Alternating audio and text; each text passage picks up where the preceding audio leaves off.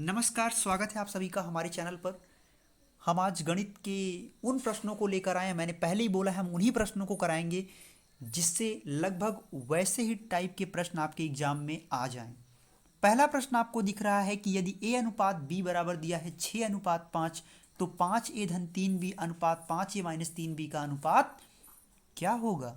ऐसी स्थिति में मैंने कहा कि इसके पहले की वीडियो मैंने बताया था कि आपको कुछ नहीं करना है, सिर्फ ए अनुपात बी दिख रहा है, इसको आप बटे के रूप में लिख दो। ए बटे बी बराबर 6/5। ए के सामने जो दिख रहा है वो ए की वैल्यू है, बी के सामने जो दिख रहा है वो बी की वैल्यू है, यानी ए की वैल्यू हो गई 6 और बी की वैल्यू क्या हो गई 5। अब इसी ए और बी की वैल्यू को क्या करेंगे, हम ले जाके किस में रख देंगे, ये जो हमको दिख रहा है, यानी हमको क्या मिला है, यानी ए बराबर हमको मिल चुका है, ए बराबर हमें मिला 6 और बी बराबर 5।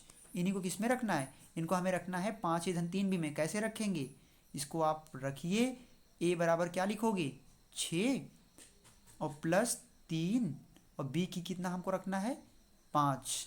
नीचे आप रखेंगे क्या, फिर वही चीज़ है 5 × 6 माइनस 3 × 5।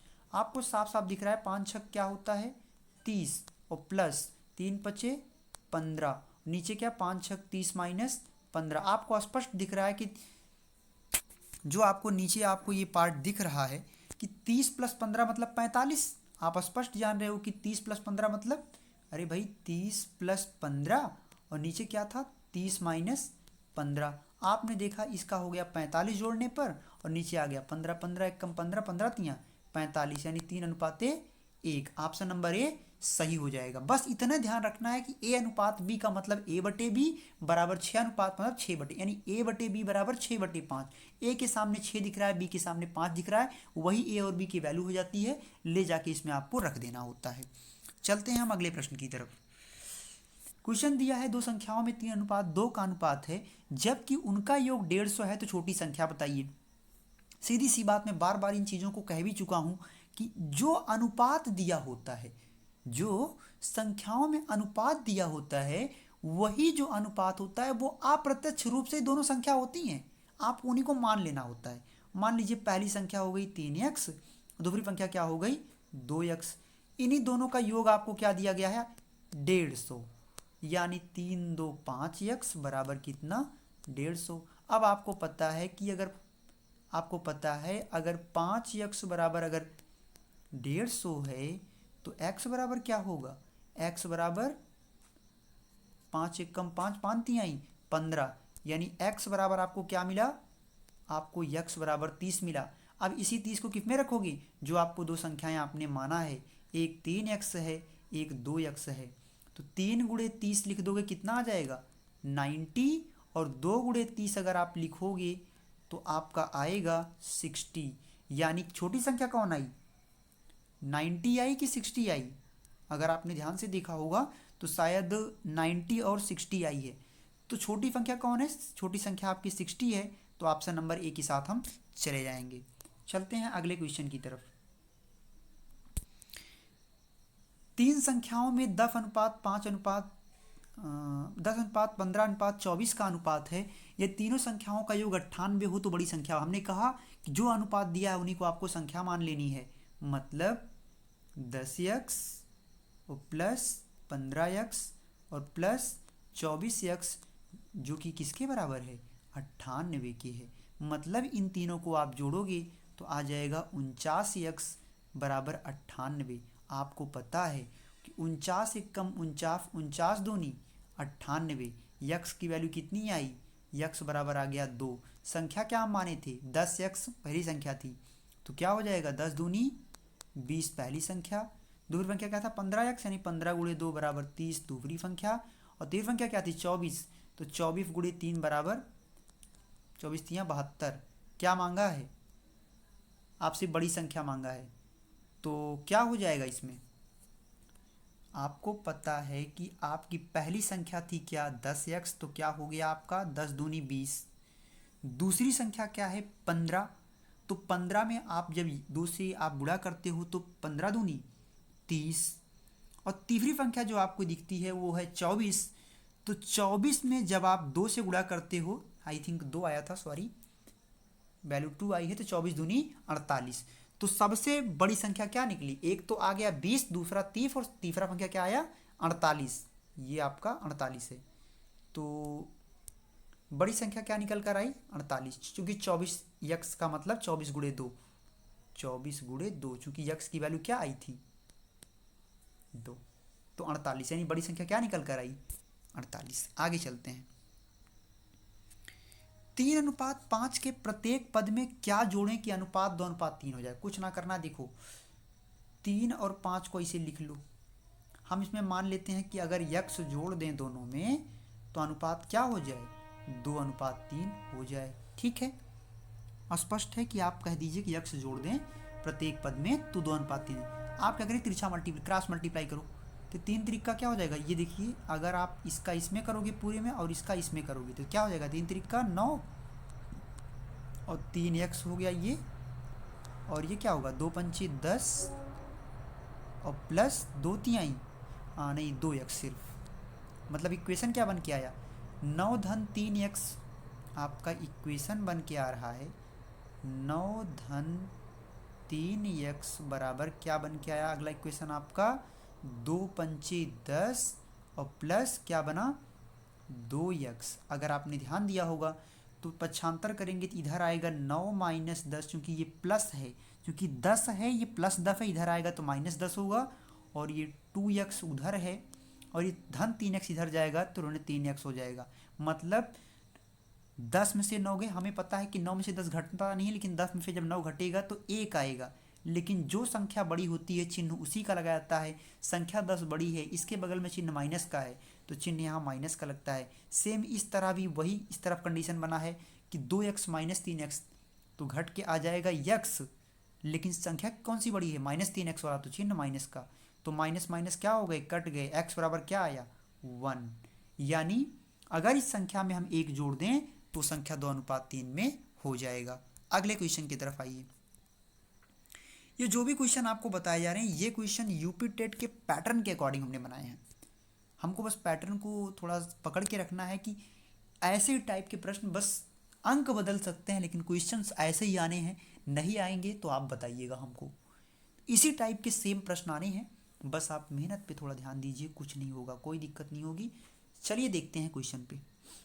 किसी संख्या का 4/5 भाग उसके 65% से, ध्यान रखना हमेशा वो संख्या मान लीजिए क्या है यक्स है, जो बहुत कमजोर हो वो लोग देखो कुछ नहीं करना, संख्या यक्स है, यक्स का 4/5 का मतलब जब कहे संख्या यक्स मान लिया का 4 का मतलब क्या गुणा, यानी 4/5 उसके 65%। अब जो इनकी गणित कमजोर है वो गड़बड़ कर जाते हैं, सोचते हैं कि उसके मतलब क्या, अरे भैया जो संख्या आप यक्स माने हो उसी का कह रहा, उसके का मतलब उसी संख्या यक्स के 65% से, तो यक्स के 65% का मतलब क्या हुआ यक्स गुणे 65, हमने कहा का मतलब गुणा होता है 65% मतलब 65/100 से 60 अधिक है, 60 मैंने अधिक कर दिया, समझ पाए बात को।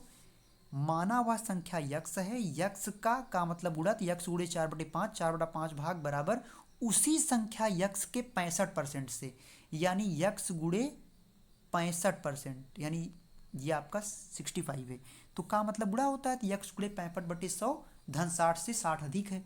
क्या करोगे अब आप, आपको अब कुछ नहीं करना, ये 4x/5 बन गया, ये क्या बन गया 4x/5 माइनस ये 65x/100 इधर है प्लस में, इधर आएगा तो क्या हो जाएगा -65x/100, जो कि किसके बराबर है ये 60 के बराबर है। क्या क्या बराबर है 4x/5 माइनस 65x/100 बराबर क्या 60। तो देखिए अगले पेज में बताते हैं यहीं पे हम, तो 4x/5 माइनस 65x/100 बराबर कितना आया भैया 60 आ गया।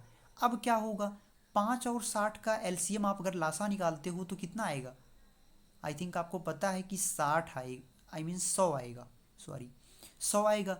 अब अगर आप 5 से 100 में भाग करोगे, क्योंकि सबसे पहले क्या करते हैं हम लोग, अगर इसका हर बराबर होता तो हम ऊपर वाले का फीदा घटा के फीदा ऊपर लिख देते और नीचे वाला सेम वैसे रहता, लेकिन अगर हर इसका बराबर नहीं है तो इसका मतलब ये होता है हमें इसका एलसीएम लेना पड़ेगा, और एलसीएम आपको निकालना पता होगा नहीं पता होगा तो वो भी कमेंट सेक्शन में आप लिख दीजिएगा, एक वीडियो हम उस पर बना देंगे एलसीएम पर, बहुत आसानी से। एलसीएम भी निकालने के कई तरीके हैं।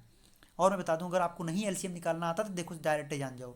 अगर ये 5 से 100 कट जाता है, अगर इस जो पहली संख्या यहाँ 5 दिख रहा है, अगर इस 5 से 100 कट जाता है तो एलसीएम आंख मूंद कर लिख दीजिए 100 ही होगा और कोई नहीं हो सकता। यहाँ 5 के आगे अगर इधर 20 यहाँ लिखा होता तो एलसीएम 20 ही होता। अगर इस संख्या जो नीचे पहली संख्या दी गई है, इससे अगर ये वाली संख्या कट जाती है तो जान लीजिए एलसीएम वही आएगा। और अगर नहीं कटता तो फिर आपको एलसीएम निकालना पड़ेगा। इसे यहाँ 5 था, उधर अगर मान लीजिए हो जाता 34, तो इसका मतलब आपको एलसीएम निकालना पड़ जाता। लेकिन अगर इस पहली संख्या फिर इधर वाली संख्या कट जा रही है, यानी 5 से 100 कट जा रहा है, तो आपको पता है एलसीएम डायरेक्ट आप 100 लिख दो, तुरंत आ जाएगा 100 ही।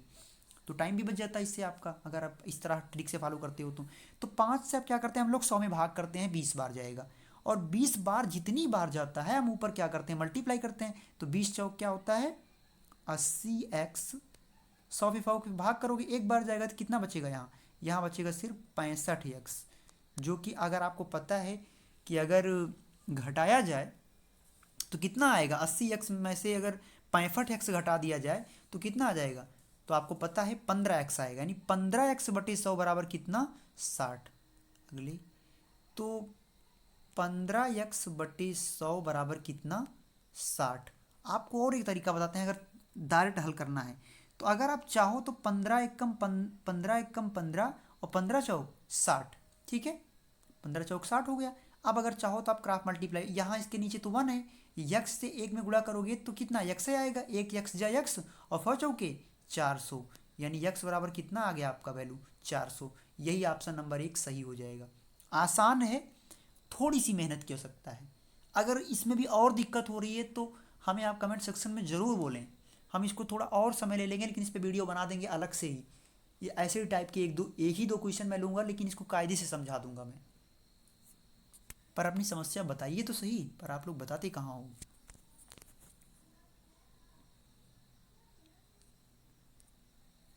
एक व्यक्ति किसी कारण से अपना खर्चा 20% बढ़ा दिया, पुनः कारण समाप्त होने पर वह अपना खर्च कितने % घटाए कि उसकी बचत पर कोई असर ना पड़े। इसका मैंने डायरेक्ट बताया था, पहले ही मैथ के वीडियो में बता दिया था कि भैया कुछ ना करना है, पहला ही लाइन डिसाइड कर देता है कि आपको करना क्या है। अगर बढ़ गया तो कुछ मत करिए, 20 गुणे 100 बटे 120, सीधी सी बात।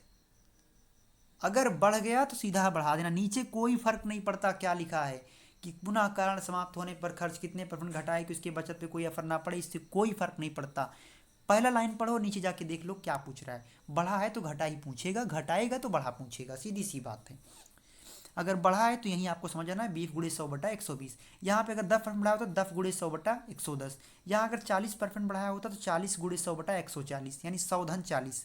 ये 20% बढ़ाया था तो 20 गुणे 100 बटा 100 धन 20, यानी 120। अब इसको काट दीजिए, 20 एकम 20, 20 छक्का 120, कितना आया 100 बटा 6 है, तो इसको अभी और काट लो, 2 तिहाई 6 और 2 पंचे यानी 50 बटा 3। और 50 को अगर आप 3 से भाग करोगे तो 16 तियाँ 48, यानी 16 सही। मैं इसको करके दिखा देता हूँ जिससे थोड़ा आप समझ जाए कि 50 को अगर आप 3 से भाग करते हो कितनी बार जा रहा है, 3 एकम 3, 5 में से 3 गए 2 और 3 छंग 18, डैट मीन्स शेष कितना आया 2। तो क्या लिखोगे, ये जो आता है ये इसको आगे लिखा जाता है 16 सही 2 बटा 3%, यानी ऑप्शन नंबर 1, यानी 16 सही 2 बटा 3%। ऑप्शन नंबर बी बिल्कुल सही है। अगला क्वेश्चन है, गणित की प्रकृति कैसी है, मौखिक है, तार्किक है, लिखित है या कोई नहीं। तो आपको पता होना चाहिए गणित की जो प्रकृति होती है वो तार्किक होती है। बहुत अच्छा क्वेश्चन है ये। मैंने पेडागॉजी की कुछ प्रश्न, क्योंकि यूपी टेट में होता क्या है, जितना भी मुझे अनुभव है, मैंने जितना देखा है, मुझे लगता है वहाँ पे 2 3 4 प्रश्न ऐसे जो पेडागॉजी के पूछते हैं वो। तो पेडागॉजी थोड़ा मजबूत रखिए ना यार। पेडागॉजी अगर आपकी ठीक है तो समझ लो कि बहुत काम आने वाला सुपर टेट में। जिसकी पेडागॉजी ठीक है ना, वो मान कर चलो 50 60 70 नंबर तो उसके वैसे ही प्लस हो जाते हैं।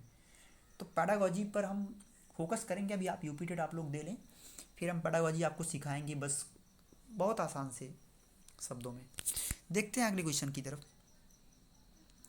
सूत्र रचना के लिए सर्वोत्तम विधि कौन सी है। आपको पता है सूत्र रचना के लिए कौन सा होता है, ऑप्शन नंबर ए है आगमन विधि, दूसरा है निगमन विधि, तीसरा है विश्लेषण विधि और चौथा है कोई नहीं।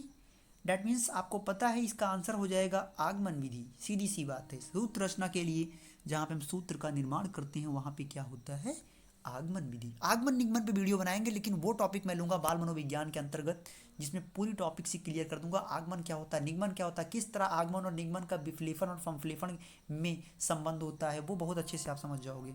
चलते हैं अगले क्वेश्चन की तरफ। किसी वस्तु के क्रय मूल्य और विक्रय मूल्य में अनुपात 4:3 का हो तो हानि या लाभ। हमने फिर वही बताता हूँ, आप लिख लीजिए, जैसे भी ए बटा बी वाला होता है, फिर क्रय बटा विक्रय आप लिख लीजिए। इसके आगे क्या लिखोगे, 4/3। मैंने क्या कहा, वहाँ बोलते थे ए और बी में अनुपात इतना है, यहाँ बोल दिया क्रय और विक्रय मूल्य में इतना अनुपात है, तो क्रय के सामने वाला क्रय मूल्य हो गया, विक्रय मूल्य के सामने वाला विक्रय मूल्य हो गया। यानी अगर आप कोई वस्तु 4 रुपये में खरीदते हो, क्रय मूल्य 4 है, चूंकि सामने क्रय के सामने वही है, और आप 3 रुपये में बेचते हो, इसका मतलब कि आपको हानि हो रही है। और कितनी की हानि हो रही है, 1 रुपये की हानि हो रही है।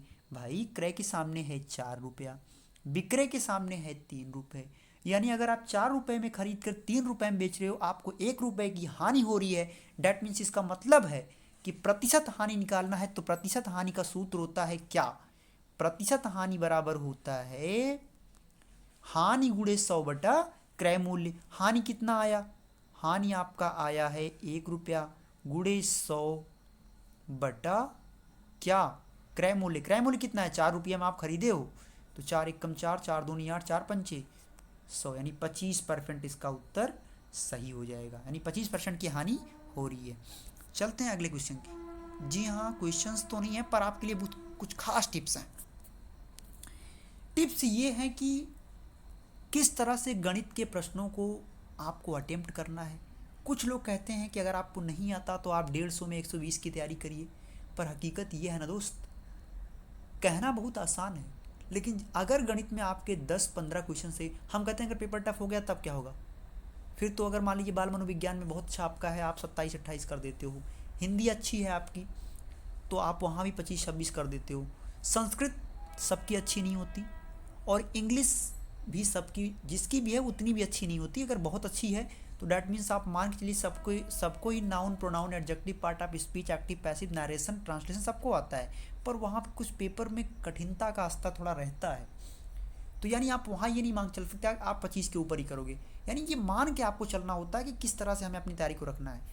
तो यानी ठीक है, वहाँ भी हो गया। पर्यावरण हर बार की तरह आप देखते हो कि वो हमेशा सिलेबस से हट के ही लगभग बनता है पर्यावरण, यानी आपको चौतरफा पढ़ना ही पड़ता है, किस्मत ठीक है तो ठीक है, वरना आपको वहाँ संघर्ष करने। तो हमको ये नहीं मान के चलना है कि हम तुक्के के सारे चलेंगे। इसका मतलब ये हुआ कि गणित में वो लोग जो बेचारे बिल्कुल ही मतलब नहीं समझ पाते, तो वो आप ये काम किया करिए, आप मैंने अभी जो आपको वीडियो में बताया इस टाइप के प्रश्नों का रिहर्सल खूब कर लीजिए, खूब प्रैक्टिस कर लीजिए। नहीं आपको कोई बात समझ आती है, आप कमेंट सेक्शन में लिख दीजिए कौन सा प्रश्न नहीं समझ आया, उस प्रश्न को मैं अगले वीडियो में पहले नंबर पे रखूँगा और उस पर ज़्यादा समय देकर आपको पूरी तरह से मैं क्लियर करा दूँगा। लेकिन उन चीज़ों को आप कहिए, ठीक है। तो आप, मैं सोचता हूँ कम से कम अगर आप अपने तरीके से अगर आप करोगे, यानी कुछ चीज़ें जैसे मान लीजिए आपको बेसिक्स मान लीजिए यहाँ सीख ले रहे हो, तो 7-8 नंबर तो आप अपने दिमाग से कर दोगे। कुछ क्वेश्चन ऐसे होते हैं जो आपको लगता है चलिए आपने बेसिक अनुमान के आधार पे कर देते हो, तो वहाँ भी आपके 3-4 प्रश्न हो जाते हैं। इसके बाद अगर आप एक ही ऑप्शन कुल मार दोगे 10-12 क्वेश्चंस में, तब भी अगर आपको गणित बहुत कमज़ोर है तो आप 17-18-19 के करीब पहुँच जाओगे। और जिनकी गणित बहुत सही होती है उनका भी वो प्रॉब्लम्स होता है। तो कहने का मतलब यही होता है कि जैसे आपके प्रश्न 17-18 नंबर वो भी लाते हैं जो बहुत तेज होते हैं, और अगर आप बहुत कमज़ोर हैं तो वो भी आप भी 17-18 के करीब पहुँच रहे हैं। लेकिन कैसे पहुँच रहे हैं, एक रणनीति के थ्रू ना। और जब प्लान ही नहीं बनाओगे, योजना ही नहीं बनाओगे, तो आप कैसे वहाँ तक पहुँचोगे। पहले ये मान के बैठा है हमको नहीं आता, हमको, ऐसा कुछ नहीं होता। बस थोड़ी सी प्लानिंग करनी होती है, रणनीति बनानी पड़ती है कि गणित में बहुत सारे टॉपिक्स हैं, पर क्या पढ़ना है वही आपको ध्यान रखना। मैं जिस टाइप के प्रश्न यहाँ पे शामिल कर रहा हूँ, मान कर चलिएगा इन्हीं टाइप के प्रश्नों का आप रिहर्सल कर लीजिएगा, और फिर हमको आप 23 को शाम को मिलिएगा और हमें बताइएगा कि कैसे प्रश्न आए थे। प्रश्न बिल्कुल ऐसे ही